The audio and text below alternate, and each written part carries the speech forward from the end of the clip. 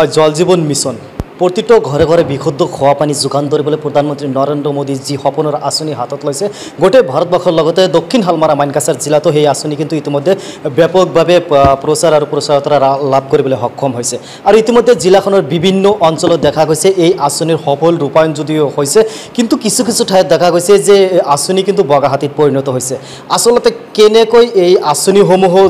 যদিও ৰাইজৰ বাবে উপকাৰ হ'ব পৰাকৈ আঁচনি কিন্তু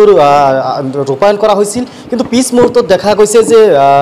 বিভাগীয় যিসমূহ কৰ্তৃপক্ষ আছে তেওঁলোকে নিয়মীয়াকৈ চোৱা চিতা কৰাৰ পিছতো কিছুমান আঁচনি কিন্তু ইতিমধ্যে ফলপ্ৰসূ হোৱা পৰিলক্ষিত হৈছে আৰু এটা কথা ক'ব লাগিব দক্ষিণ হালমাৰা মানকাছাৰ জিলাৰ জনস্বাস্থ্য কাৰিকৰী বিভাগে কিন্তু যথেষ্ট চেষ্টা কৰা পৰিলক্ষিত হৈছে যাতে জিলাখনত সম্পূৰ্ণৰূপে এই আঁচনিৰ দ্বাৰা সুফল লাভ কৰিব পাৰে জনসাধাৰণে এই আশা কিন্তু তেওঁলোকে ব্যক্ত কৰিছে আৰু এই আশাৰ জৰিয়তে কিন্তু প্ৰতিটো ঘৰে ঘৰে বিশুদ্ধ খোৱা পানী যোগান ধৰিবলৈ যি হয় হাটশিমাৰী জনস্বাস্থ্য কাৰ্যকৰী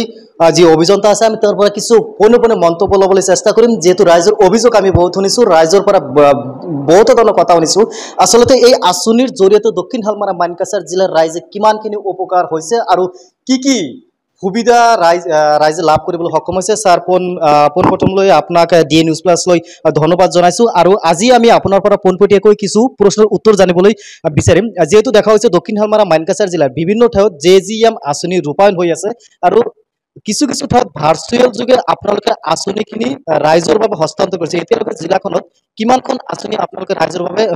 হস্তান্তৰ কৰিছে আজিৰ তাৰিখলৈকে আমি 204 আঁচনি আমি হেণ্ড অভাৰ কৰিছোঁ আমাৰ টোটেল 285 আঁচনিৰ ভিতৰত এতিয়া 81 বাকী আছে এই 81ৰ কিছুমান কাম বাকী আছে এইখিনি কণ্ট্ৰেক্টৰে কৰি আছে কিছুমান কণ্ট্ৰেক্টৰে শ্ল' মোশ্যনত কৰি আছে এইখিনি আমি সিহঁতৰ লগত মিটিং পাতি গিয়াৰ আপ কৰাৰ কাৰণে ট্ৰাই কৰি আছোঁ আৰু এক্সপেক্ট কৰিছোঁ আমি ডিচেম্বৰৰ ভিতৰত কমপ্লিট কৰিম এইখিনি কিমানখন আঁচনি ইতিমধ্যে জিলাখনত মানে ৰূপায়ণ হৈছে সকলো 285 কিমানখন আঁচনি ৰাইজৰ বাবে 204 FSTC কিমান আছে কিমান আমাৰ টোটেল FSTC 93,442 তাৰ মাজত আমি 79,365 FSTC আমি কাভাৰ কৰিছোঁ এইটো আমাৰ 84.94% আজিৰ তাৰিখত এইখিনি আমি কৰিব পাৰোঁ কিন্তু আমি যিখিনি স্কিম আমি হেণ্ড অভাৰ কৰোঁ এইখিনি আমি অলৰেডি ইনস্পেকশ্যন কৰাওঁ PNRDৰ লগত জইণ্ট ইনস্পেকশ্যন কৰি চব গোটেইখিনি চালি জাৰি চাই তেওঁলোকে যেতিয়া ৰিকমেণ্ডেশ্যন কৰে তেতিয়া আমি বস্তুখিনি স্কিমখিনি হেণ্ড অভাৰ কৰোঁ তাৰ আগত আমি নকৰোঁ কাৰণ জইণ্ট ইনস্পেকশ্যন কৰে আমি অফিচিয়েলি চিটি দিওঁ চিটি দিয়াৰ পিছত তেওঁলোকেও যায় আমাৰ ছাইট ইনচাৰ্জো যায় গৈ চালি জাৰি চাই গোটেই FSTCত পানী পাইছে নি পোৱা নাই এইখিনি চোৱাৰ পিছত তেওঁলোকে ৰিকমেণ্ড কৰে এইখিনি আমি হেণ্ড অভাৰ কৰিব পাৰোঁ তাৰপিছত আমি হেণ্ড অভাৰ কৰোঁ আমি বহুকেইটা আঁচনি দেখিছোঁ যে ৰাইজৰ বাবে আপোনালোকে যদিও হস্তান্তৰ কৰি দিয়ে কিন্তু বহুকেইটা আঁচনি আপোনালোকে কিছুদিন পানী দিয়ে কিন্তু পানী দিয়াৰ পিছত সম্পূৰ্ণৰূপে বন্ধ কৰি দিয়ে এই বিষয়ে আপোনালোকে কিবা পদক্ষেপ ল'বনে যিখিনি আমি চাওক কণ্ট্ৰেক্টৰ লাইবিলিটি পিৰিয়ড 1 বছৰ থাকে আজিৰ তাৰিখত আমি যিখিনি হেণ্ড অভাৰ কৰিছোঁ এইখিনি 1 বছৰৰ ভিতৰত কিবা যদি সৰু সুৰা কিবা প্ৰব্লেম থাকে এইখিনি কণ্ট্ৰেক্টৰে ৰিপেয়াৰিং কৰিব কিন্তু সেই 1 বছৰ পাৰ হোৱাৰ পিছত যদি কিবা কাৰণে যদি মেজৰ কিবা প্ৰব্লেম হয় সেইখিনি তেতিয়া PRI পঞ্চায়তক যিকে আমি হেণ্ড অভাৰ কৰিছোঁ তেওঁলোকে এইখিনি ঠিক কৰিব লাগে কিন্তু বহুত ক্ষেত্ৰত মেজৰ কিছুমান প্ৰব্লেম আছে যিবিলাক ধৰক পাইপ ডেমেজ হৈছে কিবা হৈছে PWD ৰোড এক্সপানশ্যনৰ কাৰণে কিবা কাৰণে এইখিনি আমি এষ্টিমেট বনাই পৰ্যায়ক্ৰমে এইখিনি ঠিক কৰাৰ কাৰণে গভৰ্ণমেণ্টৰ ইনষ্ট্ৰাকশ্যন মতে আমি এইখিনি চাই আছোঁ আপোনালোকে সেই স্কিমখিনিতো গৈ কেতিয়াবা কেমেৰা ধৰি মিডিয়াত দে কিন্তু আমি তাৰপিছত গৈ যেতিয়া চাওঁ এইখিনি স্কিম অলৰেডি হেণ্ড অভাৰ হৈ গৈছে 2 বছৰ আগত কিন্তু এতিয়া এইখিনি অলৰেডি আমি ৰিপেয়াৰিঙৰ এষ্টিমেট দিছোঁ আমি ফাণ্ড আহিলে আমি এইখিনি পৰ্যায়ক্ৰমে এইখিনি ৰিপেয়াৰিং কৰিম এইখিনি আমি চেষ্টা কৰি আছোঁ আমি এইখিনি যেন বহি আছোঁ এনেকৈ নহয় এইখিনিৰ কাৰণে আমি লাগি আছোঁ কাৰণ আমাক মানুহ পানী দিয়াৰ দায়িত্বটো আমাৰ চৰকাৰে আমাক দিছে এইটো এই কাৰণেই আমি চেষ্টা কৰি আছোঁ বস্তুখিনি ইতিমধ্যে মানে বহুকেইখন আঁচনি আপোনালোকক দেখা গৈছে যে FSTC ৰাইজে যিখিনি FSTC পাব লাগে সেইখন FSTC ৰাইজৰ বাবে নিদি ৰাস্তাৰ কাষে মানে ৰাখিছে কোনোবাই ভাঙি গৈছে কোনোবাই মানে হেৰি হৈছে মানে নষ্ট হৈ গৈছে এই ক্ষেত্ৰত মানে কিবা ব্যৱস্থা ল'ব নাই এইখিনি অলৰেডি মই চাইছোঁ গৈ নিজে ইনকুৱাৰী কৰিছোঁ কিছুমান উঠোৱাৰ কাৰণে ইনষ্ট্ৰাকশ্যন দিছোঁ কিছুমান ধৰক পাব্লিক ৰাস্তাৰ সেইটো ছাইডত কিছুমান পাব্লিক আছে ইয়াত এটা ইছ্যু আছে মেঘালয় বৰ্ডাৰ ইছ্যু ৰাস্তাৰ এইটো ছাইড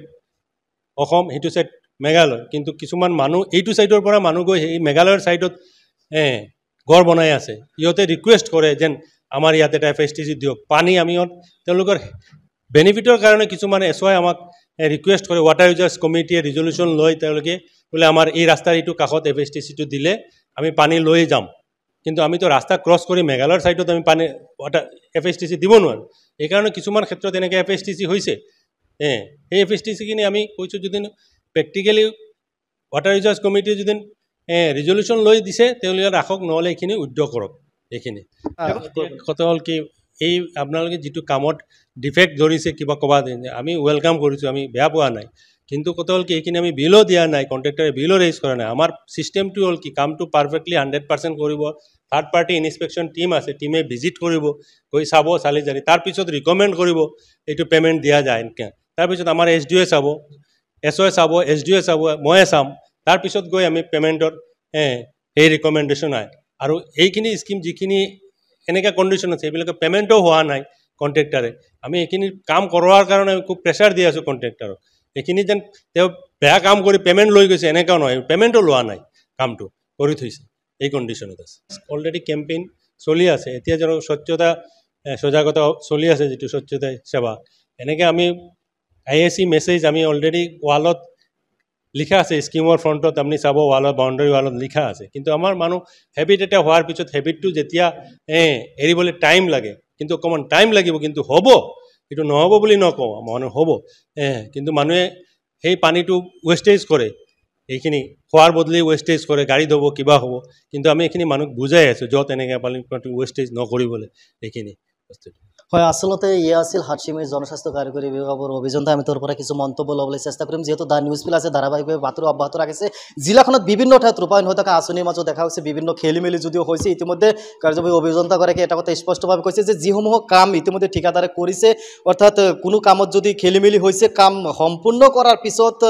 তেওঁলোকে পুনৰীক্ষণ কৰিব, তাৰ পিছতহে বিল পাব। আচলতে কিমান দূৰ যায় আঁচনিখন, জিলাখনৰ ৰাইজে কেনেকৈ গ্ৰহণ কৰে, সেয়া কিন্তু হ'ব পৰৱৰ্তী সময়ত লক্ষণীয় বিষয়। যিকোনো খবৰৰ বাবে যোগাযোগ কৰক 7099017330 অথবা 7099017990 নম্বৰত।